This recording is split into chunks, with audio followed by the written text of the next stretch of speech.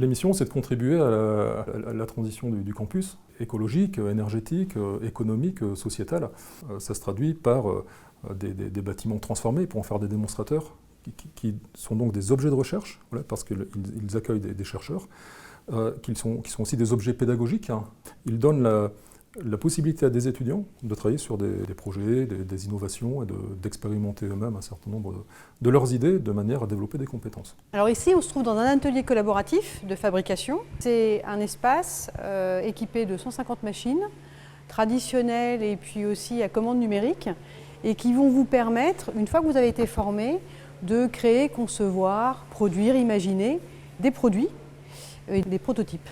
L'université, une chance au cœur de la transition, nous affirme Patrick Soffler. Tout ça, c'est au service de la formation des étudiants, formation dans les murs et formation en faisant, formation par l'expérience vécue dans des situations réelles. Le bâtiment Rhizome, par exemple, le démonstrateur, a fait l'objet d'une rénovation complète entre 2016 et 2018. Il est aussi producteur d'électricité avec une centrale photovoltaïque qui fait 1200 mètres carrés et qui lui permet d'autoconsommer son électricité, qui en plus alimente des bornes de recharge électrique qui sont autour du bâtiment et autour de l'hôtel académique.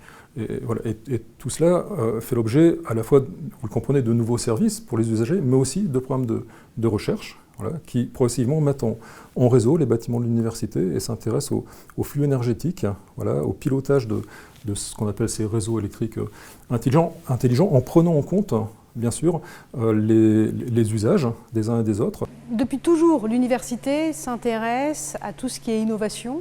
Et c'est vrai qu'ici, on pourrait dire qu'on est dans un tiers-lieu d'innovation, dans le sens où il se passe à côté des machines, du fait de rencontres improbables, pour reprendre un terme cher à notre ancien président-recteur, des échanges, des discussions qui font qu'à un moment, des artistes, des artisans, des designers, des étudiants vont concevoir ensemble des produits, voire même des services, et imaginer ces produits et services pour répondre à un besoin immédiat, souvent.